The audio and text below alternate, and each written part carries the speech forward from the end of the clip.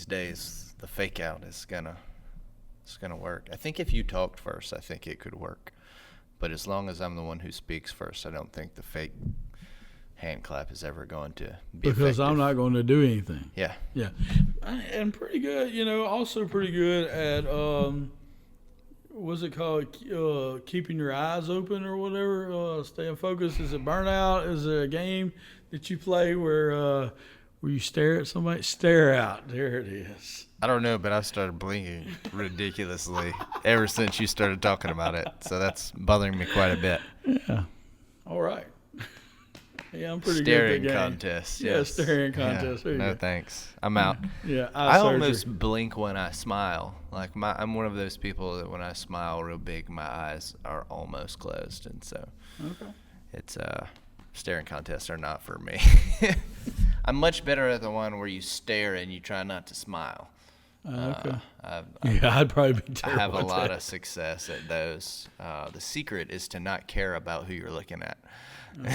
So Yeah. if you can I have a find problem way, with that, I if think, you can yeah. find a way to make them dead to you. Right. So we found something that I'm so much better at than Andrew that he won't even compete in, and that is a staring contest. Yeah, I can feel my eyes watering as we're discussing it.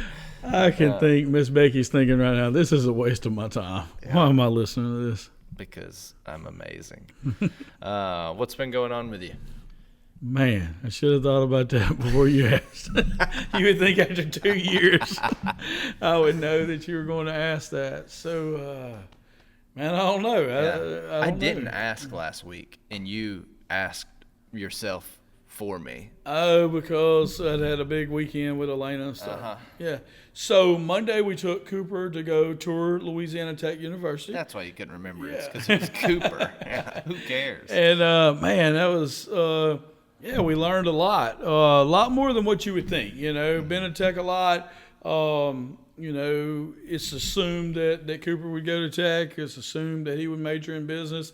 And all that's probably going to happen. And we know more about Tech than some of the tour guys do. Mm-hmm. But at the same time, some significant things happen while we were there that will probably help shape his future. So it was not, just going through the motions for a not deal. It was quite interesting. Had a really good time.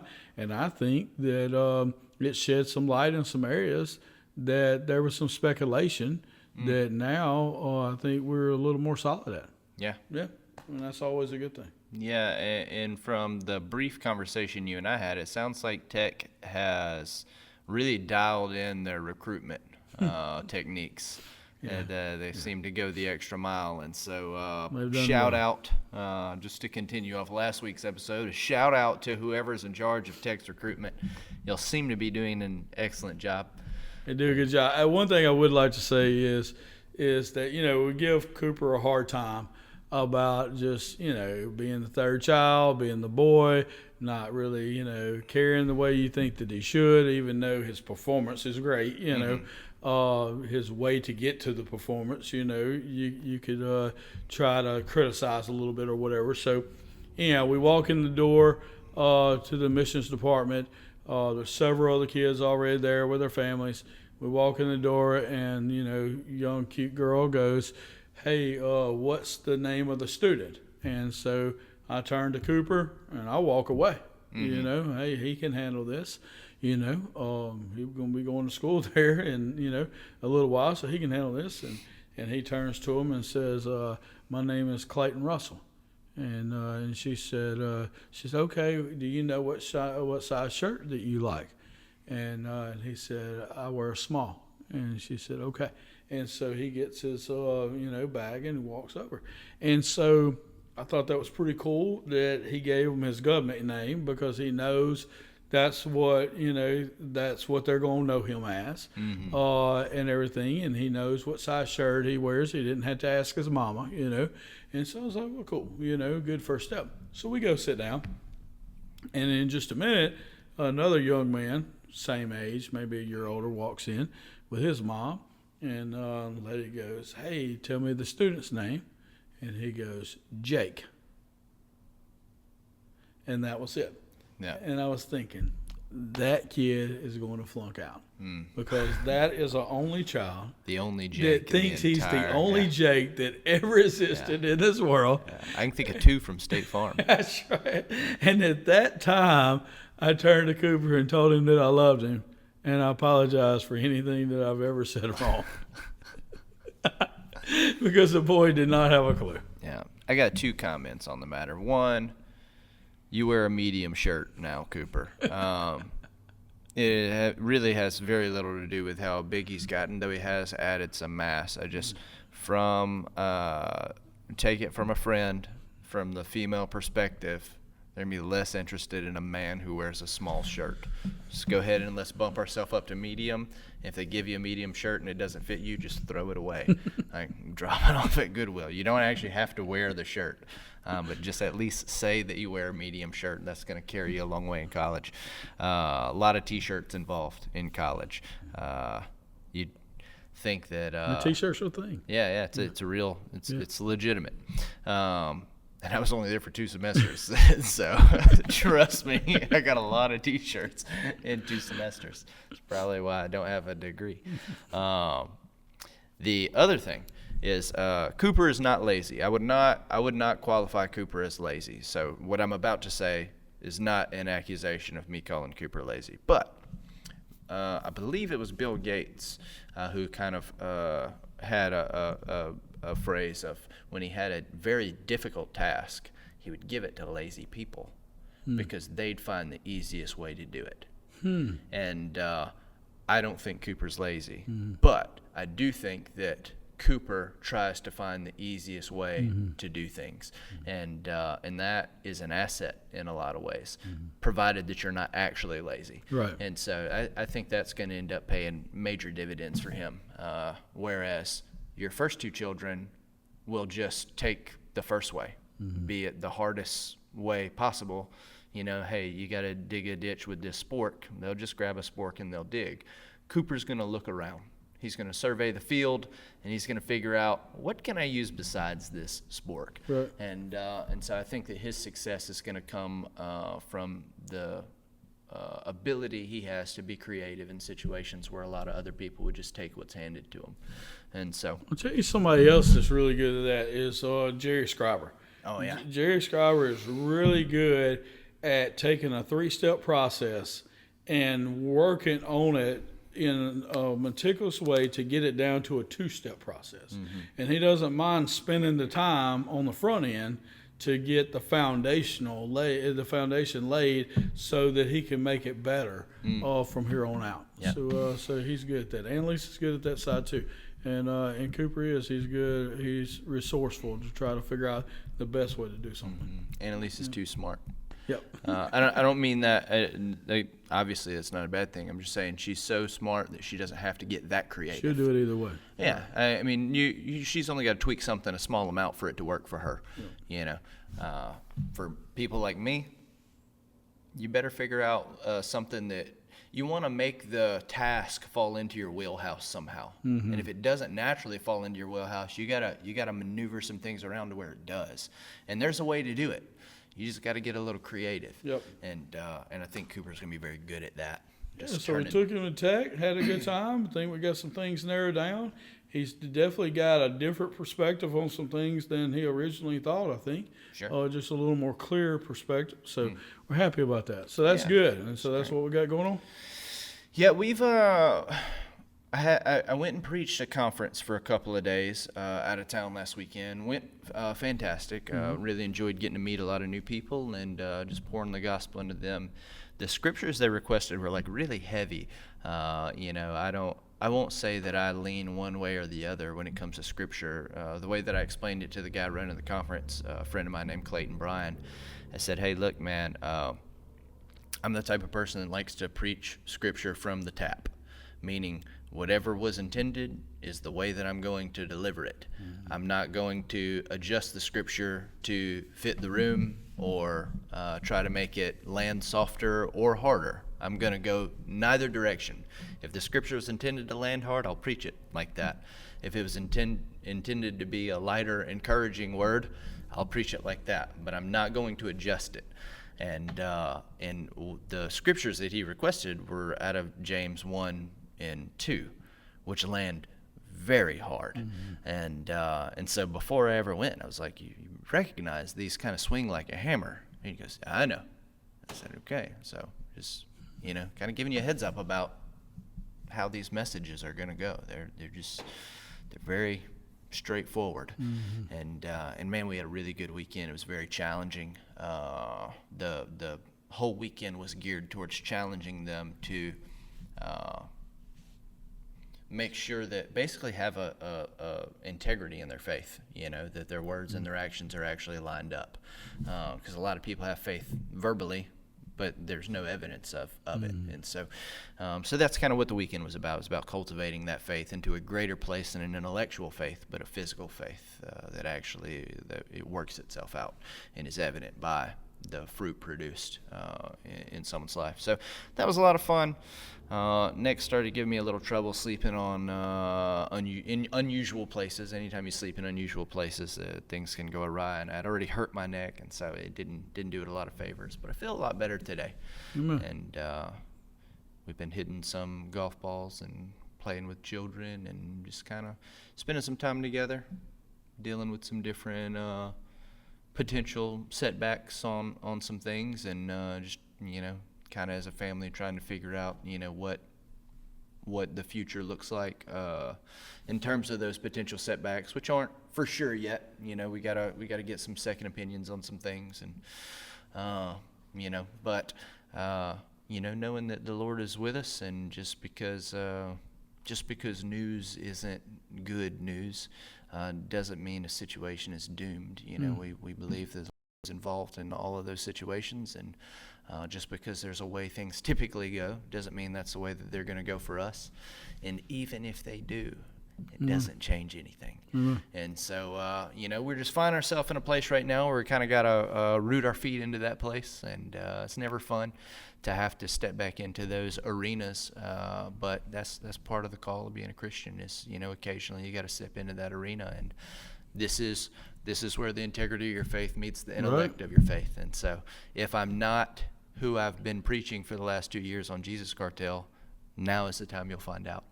And so there's a temptation to be a little sad,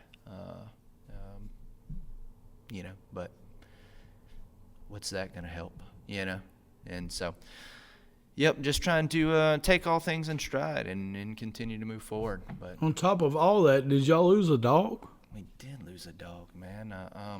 We've been at a place, we lived with in one of Mr. Terry's houses for a few years, and we kept our I guess I call him a puppy just because he was little, but we kept him, pretty close by at all times, because there's a lot of other people, a lot of other dogs and stuff. You don't want him to be up under people's feet too much. Now, he kind of was anyway, so he's a very friendly dog. He just liked to be around. But we tried our best not to let that get, overboard. And so he was fairly confined, at least to a degree. Well, when we moved, he had space, lots of space. And, man, you could just tell he was loving it and eating it up. But he never wandered outside of eyesight, really. And so we didn't really think it was going to be a big problem, but came home, I guess, last Wednesday, and he wasn't there. And so I don't know if somebody picked him up. There's no, buzzards or anything anywhere around, so it doesn't seem to be evident that he died, at least anywhere around us. Fingers crossed on the whole deal is there's a dog in heat somewhere, and he wandered off towards that, and will come back once that kind of, wears off. But I don't know. It's unfortunate. That's not been ideal. My girls are not happy about that. So have you went back to the old neighborhood? We did. Yeah? And didn't see him. No. And the people that still live there would remember the dog. Sure. Yeah, we've got everybody in the world out looking for the dog. But well, fingers crossed on it. We'll see how it goes. I do, not everything in life can be protected, but that doesn't mean your cell phone can't. And that brings us to today's sponsor, OtterBox, There you go. which is made from real otter, so you know that it's good. It's very smooth. I've had OtterBoxes on all of my phones since I got them. I've never had an issue with a phone breaking. Now, I'm also not an idiot. I've got some friends, I won't name them, some friends that think because they've got a phone case, they can do whatever they want with their phone. And that's not so. I actually watched someone shatter one of their phones trying to show me how good their phone case was. One of the funnier moments in my life. Where he's like, what is that, an OtterBox? This is such and such. They're way better. And he drops it, it hits, and the most pieces I've ever seen on an iPhone in. It was incredible. I was very excited. So a couple things there is, I am extremely excited that they're now a sponsor. Yes. Because I've never been able to afford an OtterBox. I'm not saying that they're overly priced or anything like that. Just never been able to afford one. So now that they're a sponsor, maybe I can. Yeah. It's possible. That's a Might good get thing. some free merch. Yeah. You know.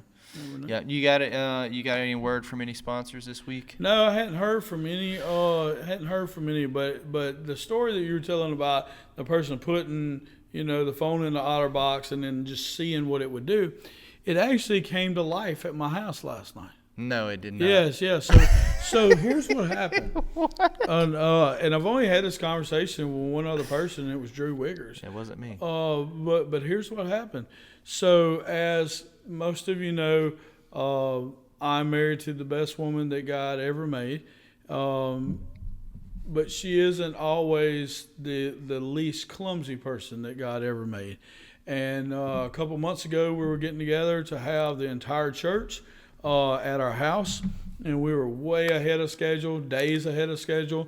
And so the day before, we had nothing to do, so she was cutting up tomatoes. Well, she had decided to buy a new fancy machine to cut up tomatoes with, one that my mom and Annalise both have already had. And she went in there to cut the tomatoes. I think they were a little frozen tomatoes. Our refrigerator gets pretty cold. And so as soon as she got started, Annalise goes, "Hey, let me show you how to do that so that you don't cut yourself. There's a special thing." And so before she listened, she cut the tip of her finger off. And so it's something that she's had to deal with. And it's still not 100% healed. Yeah. And it still causes her problems because her job is to use her hands to work on people and then to type to say what she did. I didn't think about that. Yeah, so it's been difficult. She still can't type with that finger a couple months later, so it's been difficult. During that process, one of our best friends, Drew and Sonny Wiggers, bought her a better version of that same mandolin that you cut tomatoes with, partially as a gag and partially as if you had better things like an OtterBox, then you wouldn't have issues. Yeah. Because you spend $20 versus $50, and now you got $1,000 ER visit, or whatever, or $2,000, whatever it was. But last night, Becky opens up a package, and in it looks like a pair of gloves. But no, these are not normal gloves. These are gloves that you cannot penetrate with a knife. I was literally thinking about that when I was like, somebody had to have sent some metal.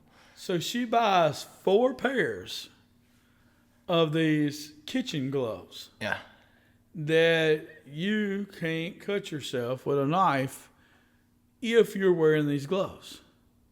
So Cooper, we're eating supper at the time, we're eating port loin. So Cooper takes a knife and runs it straight through the gloves.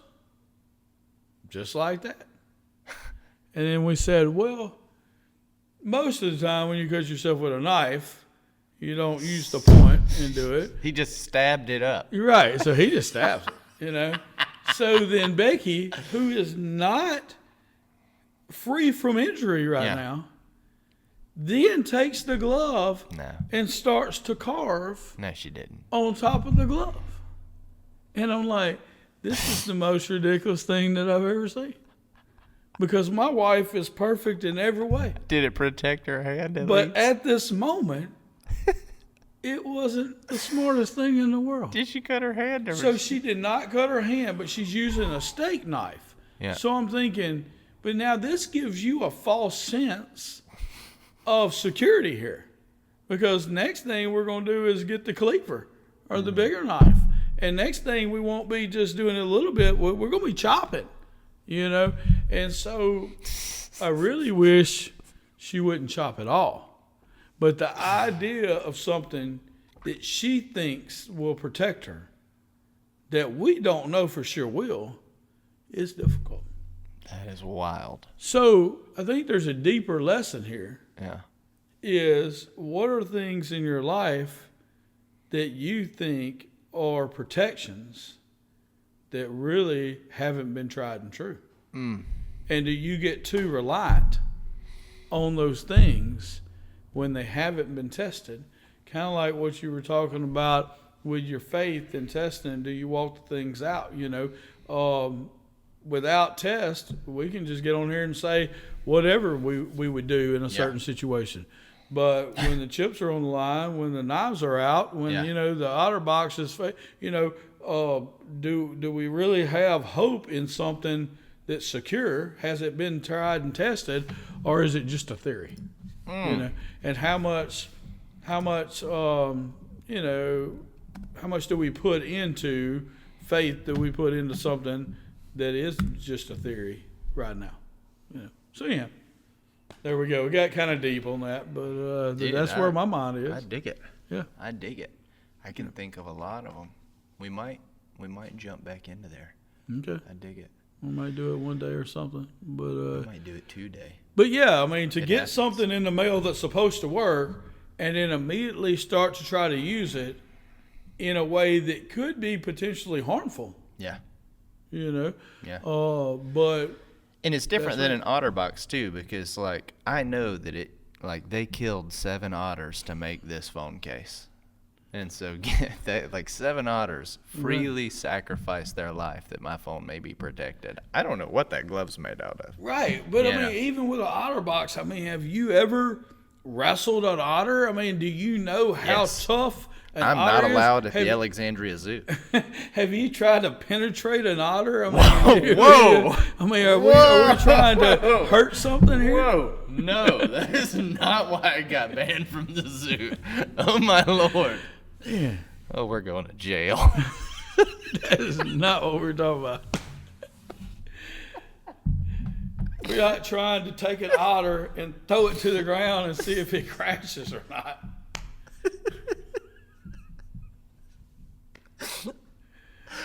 If anybody asks, That will be. has there ever been a time where you wish that you could cut the Jesus Cartel?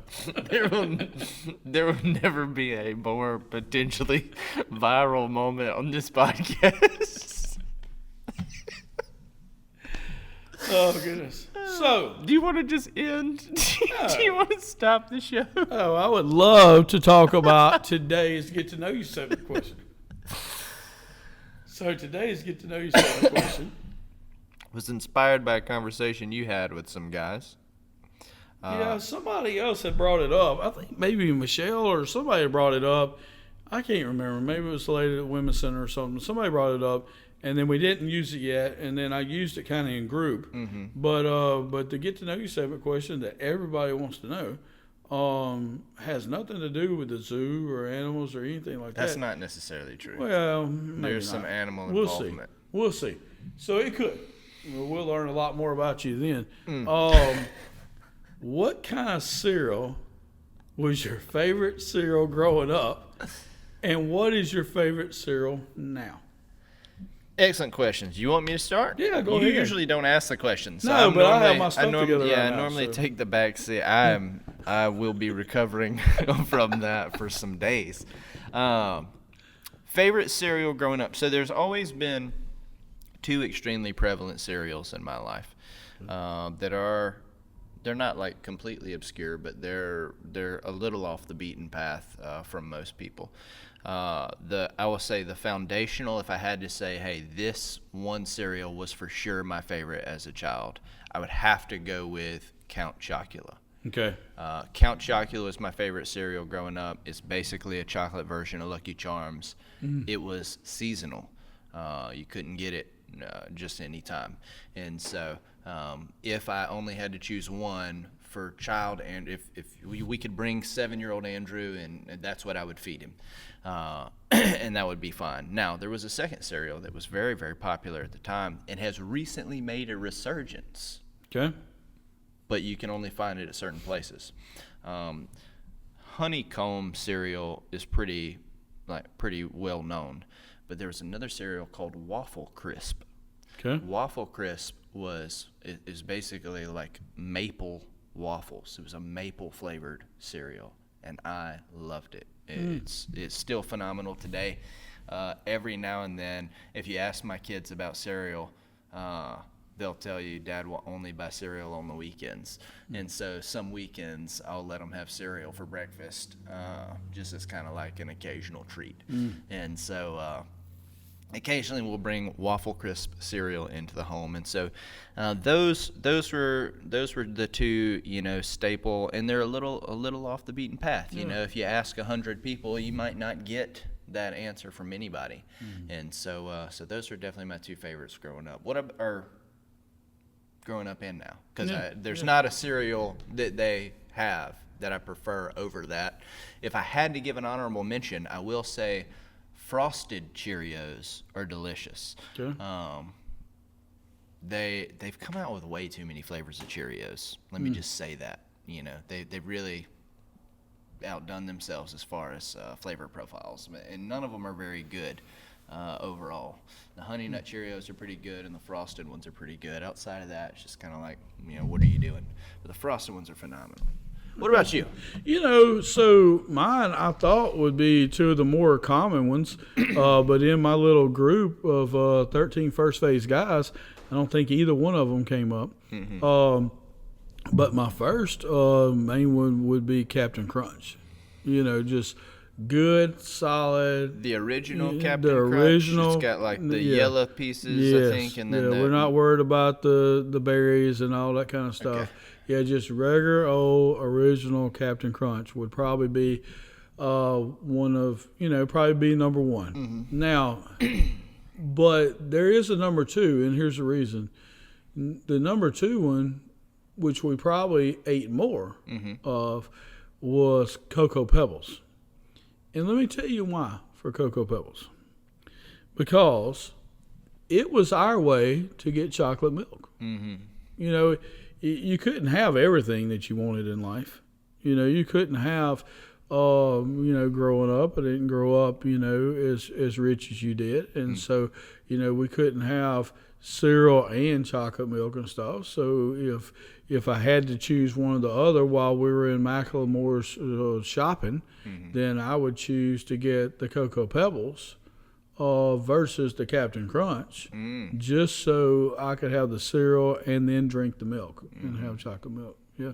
So even at a young age, I learned how to survive and how to thrive. Yeah, that's tough times, brother. That's tough times. Now, a couple of things about that. One,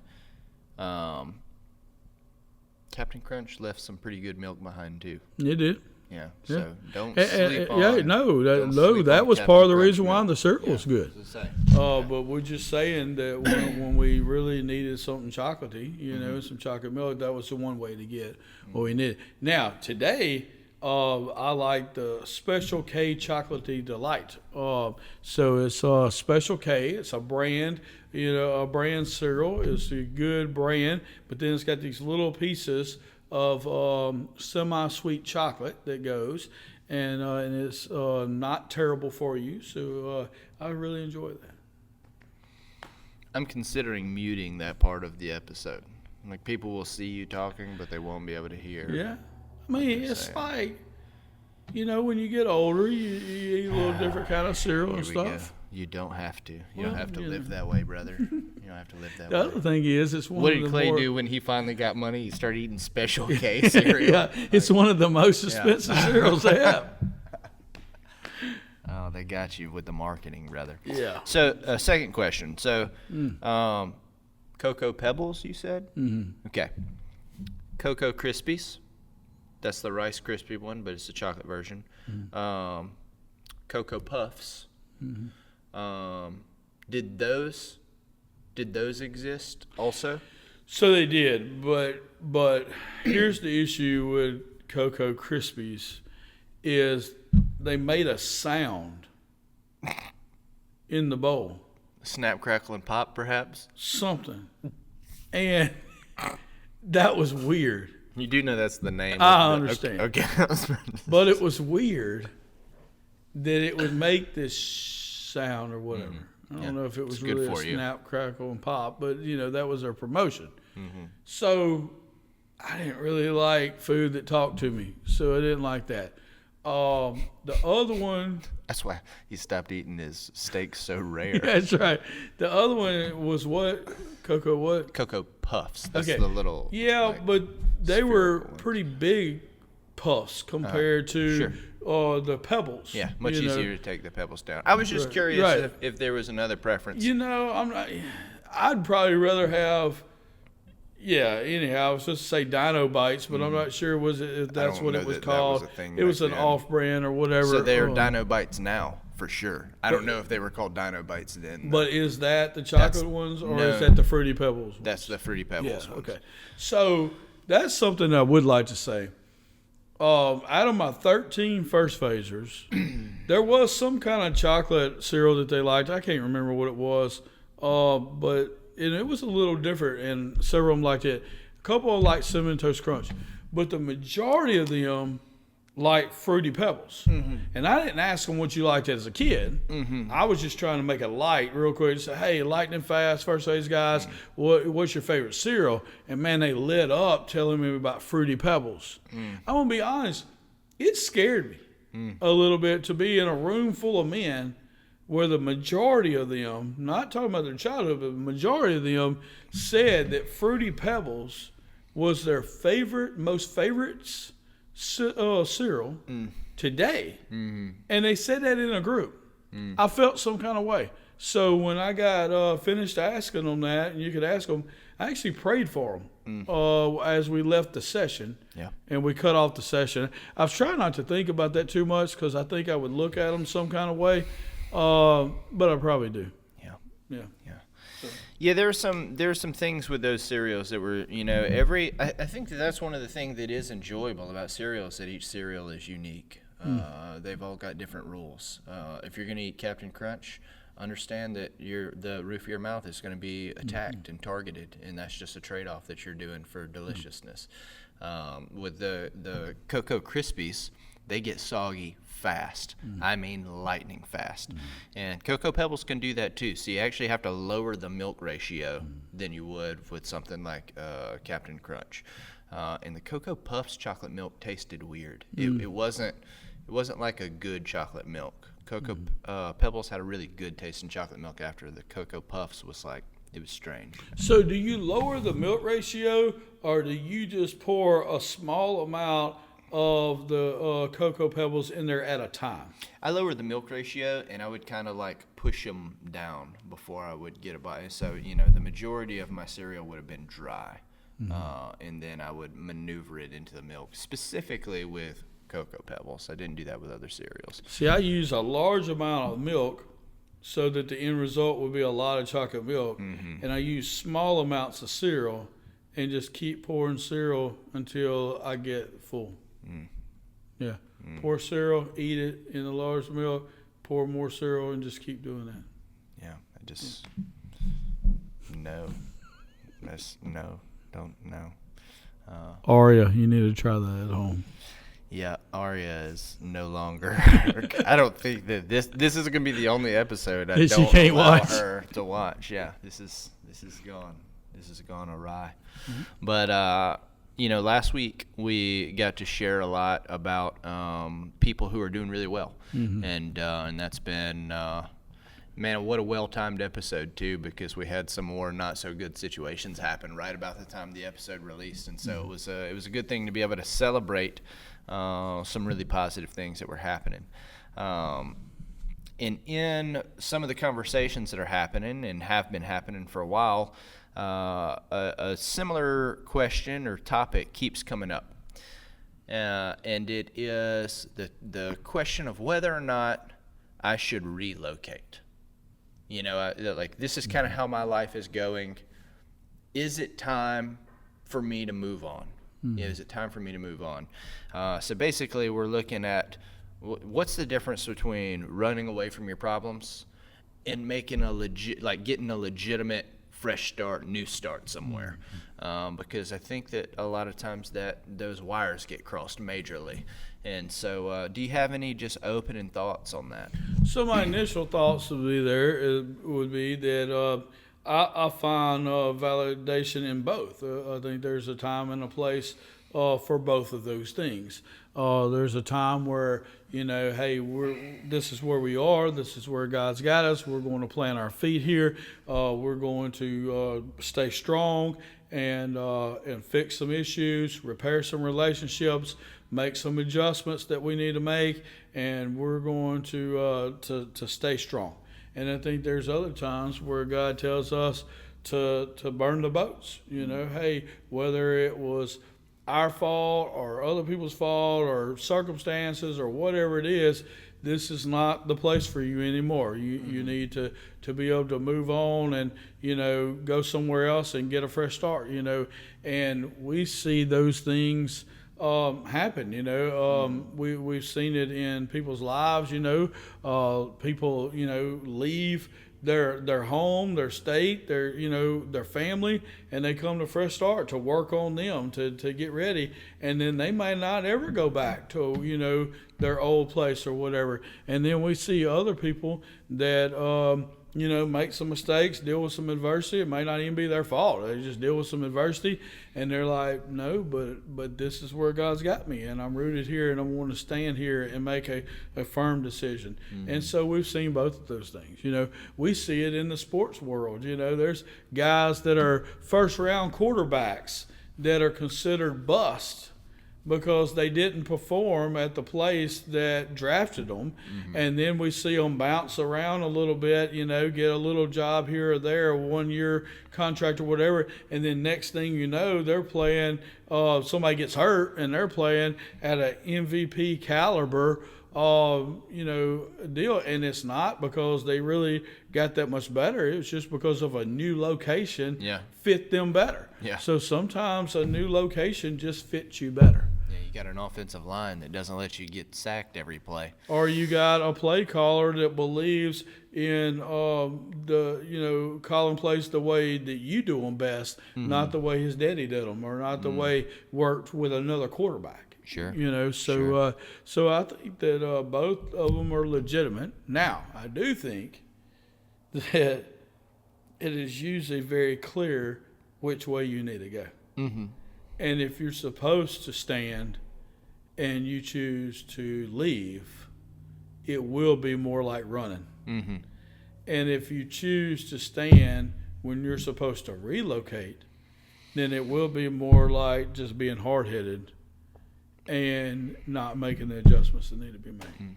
So I think it's going to look different based on if you did what you were supposed to do or not. Sure. Sure.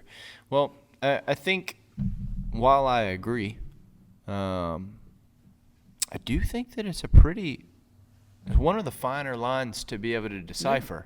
I would say a lot of what we talk about on the Jesus Cartel, I would say, is pretty cut and dry. This one, while still, I believe, cut and dry, this one was probably more complex to work through. And so, how do I know if I'm in a situation where I have I've got some sort of struggle?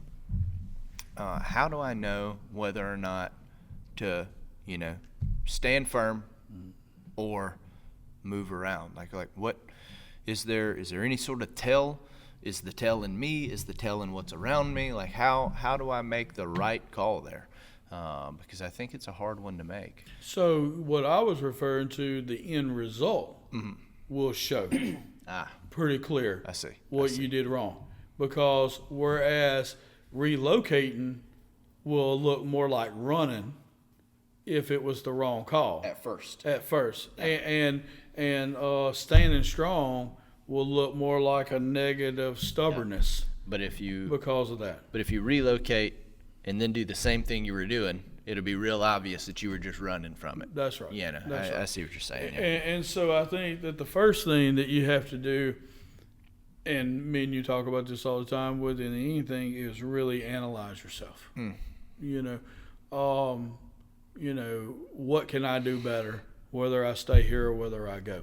What can I improve on? What can I do, different?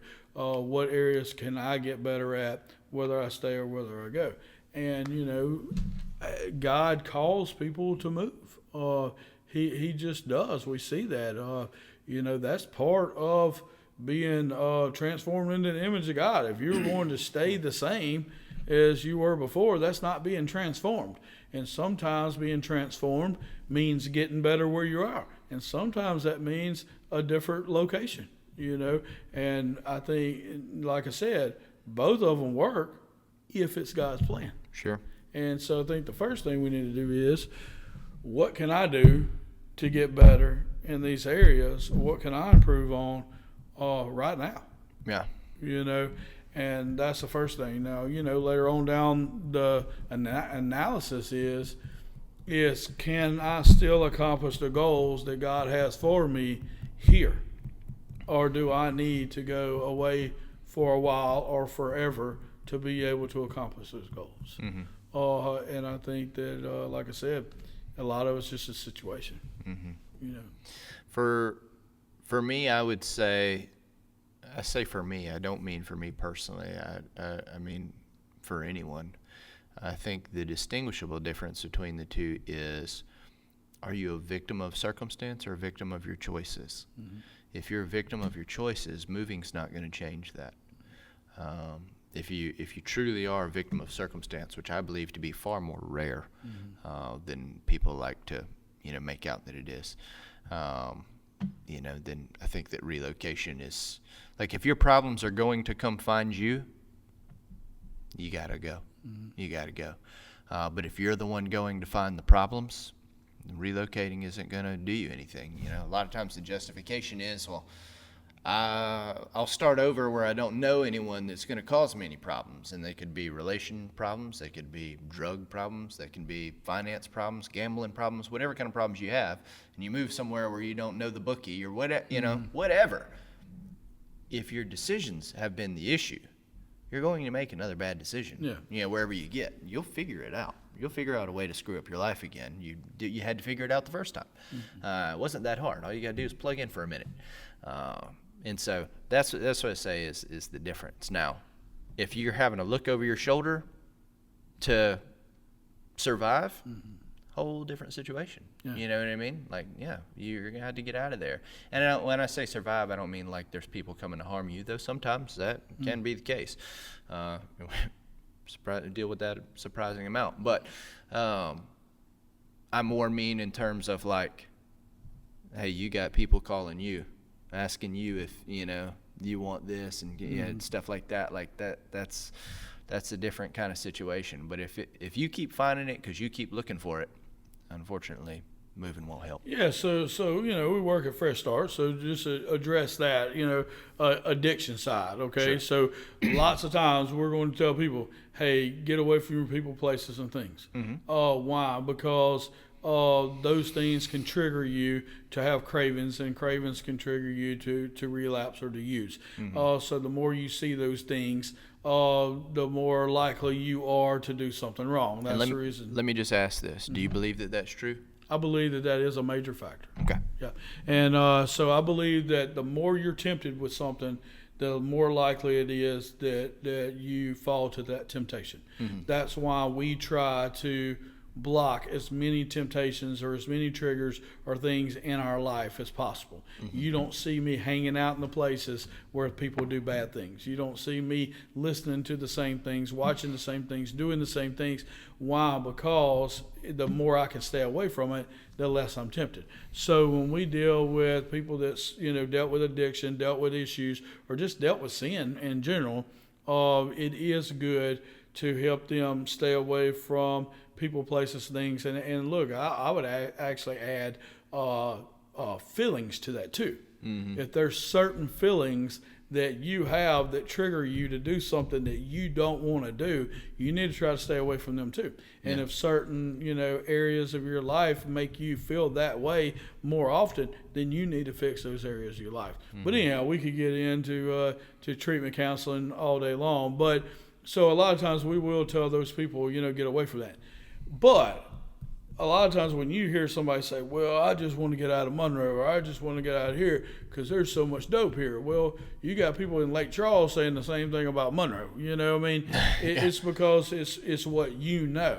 Yeah. Now, if, like something you said earlier, if your motives aren't right and your heart's not right and your mind's not pure, then you're going to find those things wherever you go. Mm-hmm. It may just take a little longer, but you're eventually, if you're looking for it, you're going to find it. If you're looking for fault in the Jesus cartel, you're going to find it. If you're looking for, difficult, you're going to find those things. So a lot of it, so on the addiction side, we've seen it happen both ways. Mm-hmm.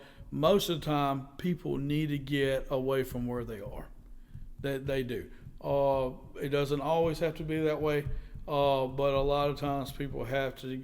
It's hard to be around the same things you were around before and not do the same things that you did. Yeah. So from an addiction standpoint, a lot of times you need to get away. That's the reason why we don't try to save everybody in Franklin Parish at Fresh Start. It's more difficult for somebody from Fresh Start or from Franklin Parish to be successful at Fresh Start. Mm-hmm. Now that's on the addiction side. I want to go a different direction, but do you want to comment on that first? I would just like to add that duration is a major player. How long have you been dealing with this? Because what we see sometimes is people who've been dealing with this particular addiction for years. You should probably get out of that area. Mm-hmm. But if you've moved into a place where you've been sober for some time, have reestablished a solid foundation in life, and then re-entered that's a bit different of a situation. Yeah. You're the problem. Yeah. And so, being able to take ownership of that, because you can't change it till you take ownership of it. So long as someone else is the problem or something else is the problem, and you can't recognize that it's you're never going to be able to fix it. So I just want to say duration also. Yeah, I agree. Because if you're in a new place, doing new things, learning new stuff, and focus a new direction, and then you decide to bring up the old things into that new place, you're the problem. Mm-hmm. Now, at that point, most of the time, you would say, hey, we got to fix whatever's inside of you, bringing back the old stuff. But the more you do it, the more that new place becomes the old place and the problem. That's right. And it wasn't that it's the place's fault. It was your fault in that place. Yeah. So there's nothing wrong with the place or the area. The problem is you. Mm-hmm. But you may have to move out of that area. Yeah. And but at the same time, if you don't fix these issues, then that's not going to happen. I'm from DeVille, Louisiana, a place known for having tremendous amounts of drugs. Mm-hmm. And I've never done them. Right. And you can go visit DeVille and not even see the drugs because you're not looking for them. That's right. Okay. So, as far as, should I stay or should I go, on the addiction side, like I said, lots of times the answer is to go. But you got to fix the things, inside of you in order for the new place to not become the old place. That's right. Now, in my life, recently in the last period of time or whatever, dealt with some issues and everything that that wasn't necessarily brought on by myself, or whatever, more circumstantial, dealing in circumstances and stuff. And I have the same, the same questions, the same opportunity, things aren't going the way they should be going. It's really more circumstantial than anything, but it has become difficult. So the opportunity to leave that and go get a fresh start over here, where those things haven't happened, then that is something that weighs your mind. That's something that you have to consider. Sure. That's something that you have to think about. And so But at the end of the day, you still have to consider, well, can I still be effective where I'm at? Mm-hmm. Okay, so God's got a plan. He's got a plan for our life. There's some things that aren't going the way that I think that they should. Mm. They don't seem to be lining up with God's plan that He has showed me. Yep. It's really circumstantial and dealing with some issues. So your first thought is, well, I just got to get away from that. Mm-hmm. But then the second idea is, but can God still accomplish His plan here? Mm.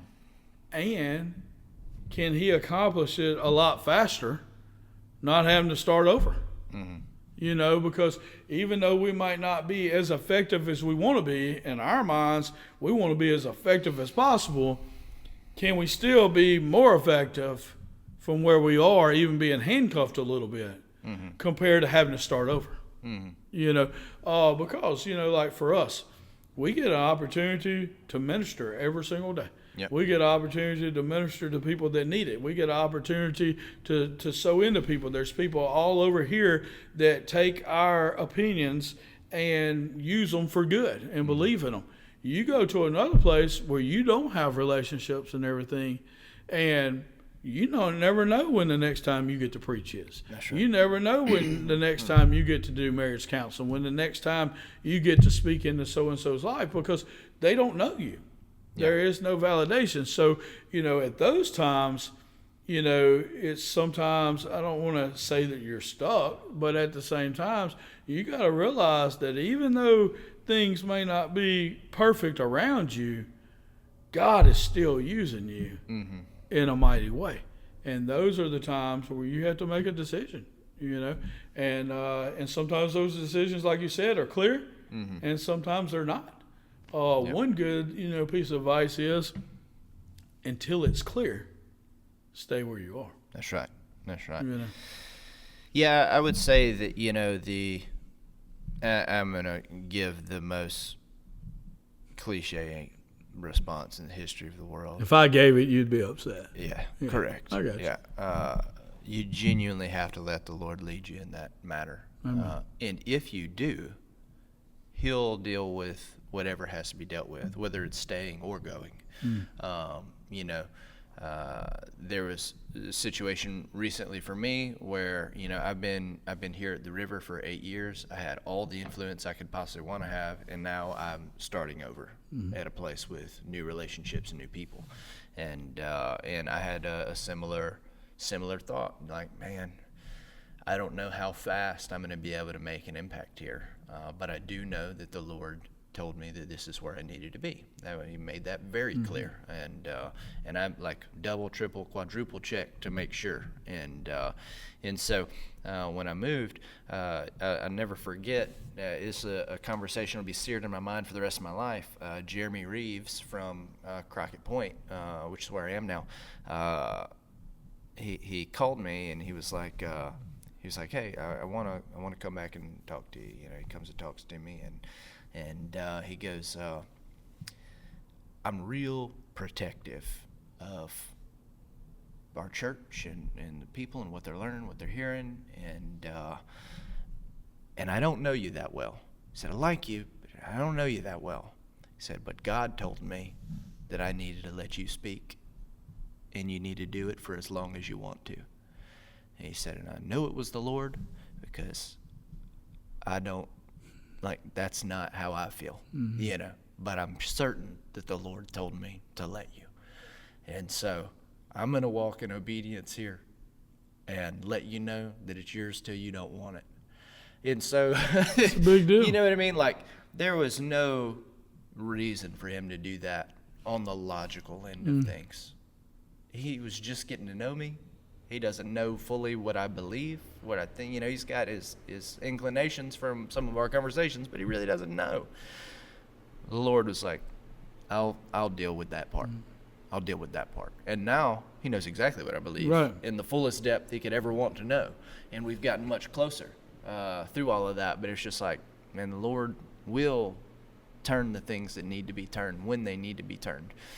So two things there, and first, one thing there, and then something else I want to tell you is this.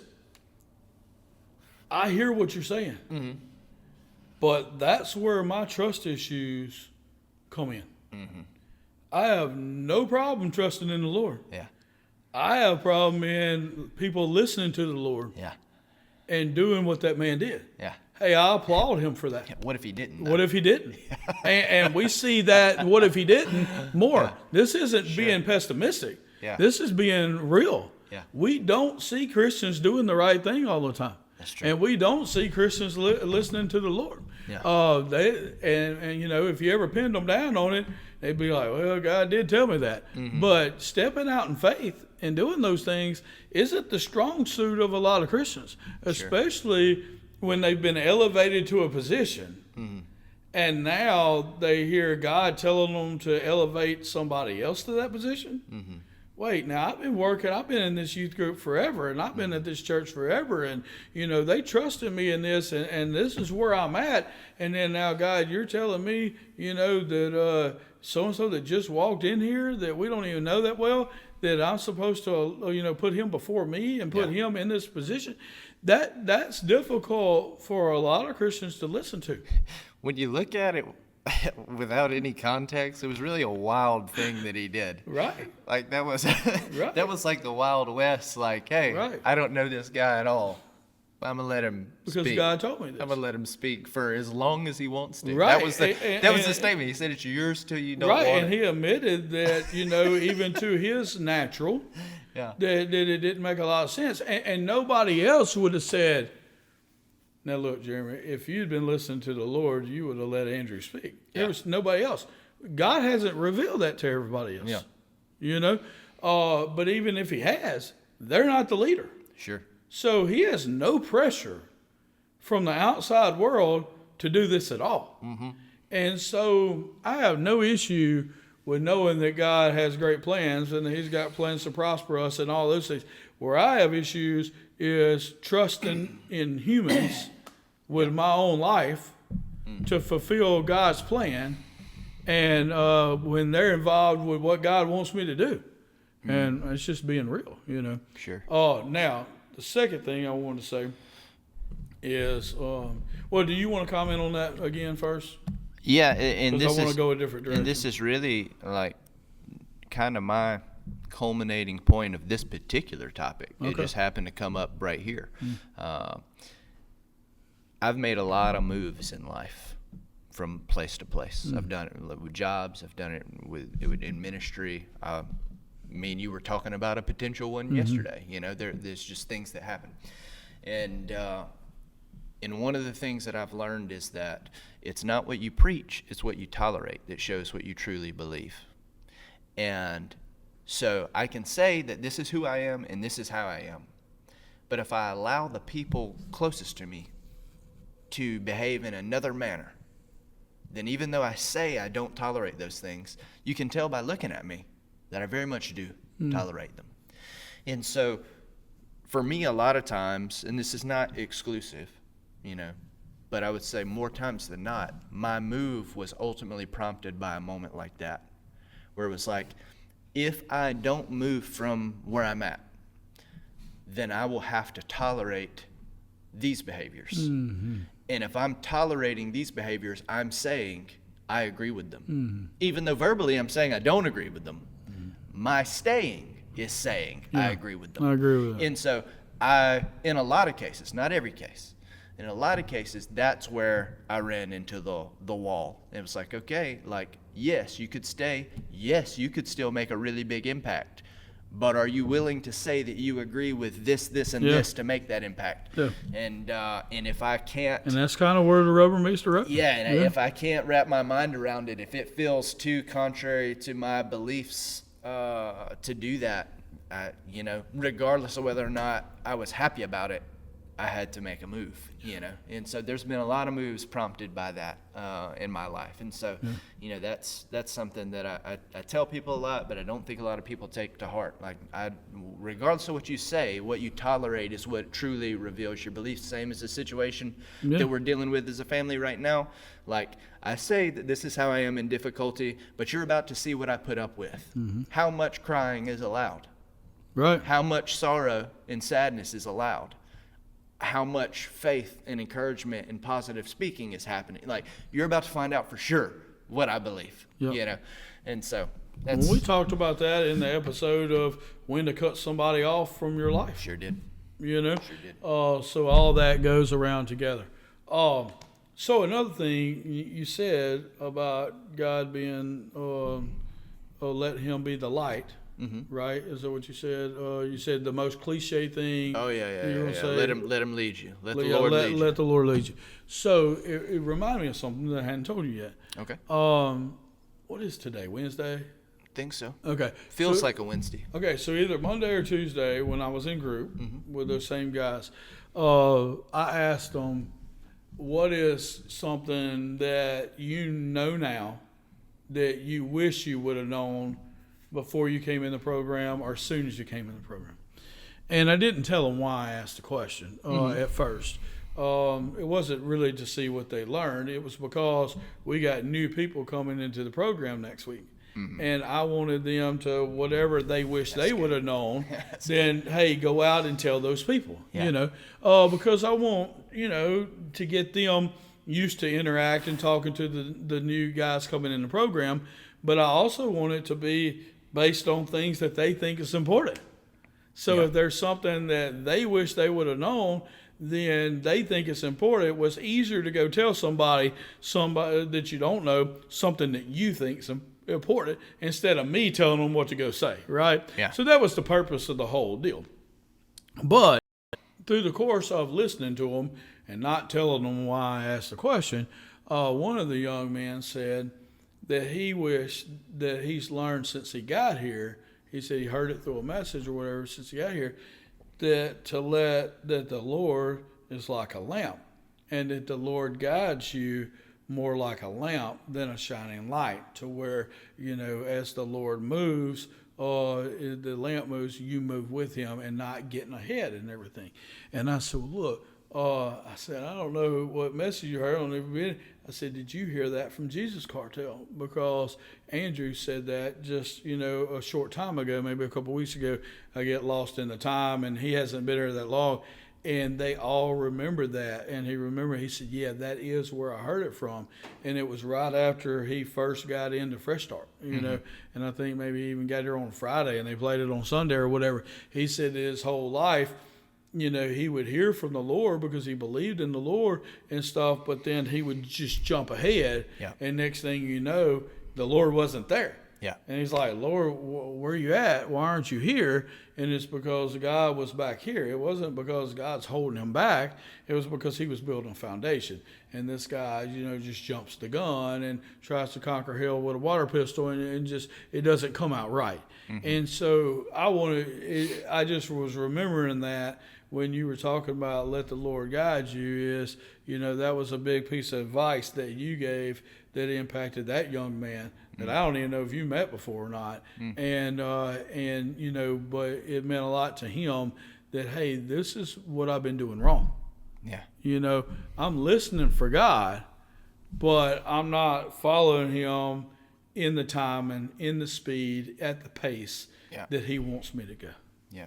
We forget that just because we exist in time, that God does not. He's not subject to a timeline. When God answers a prayer, he answers it immediately, but he places it into the timeline. He's not trapped in there. We're trapped in it. Right. We're trapped in a timeline right now. We won't be forever, but for now we are. God exists outside of that. He's looking at it. Picture like a little crescent. That's the timeline. God's where I am. And so when God does something, he'll say, okay, Clay, I hear what you need.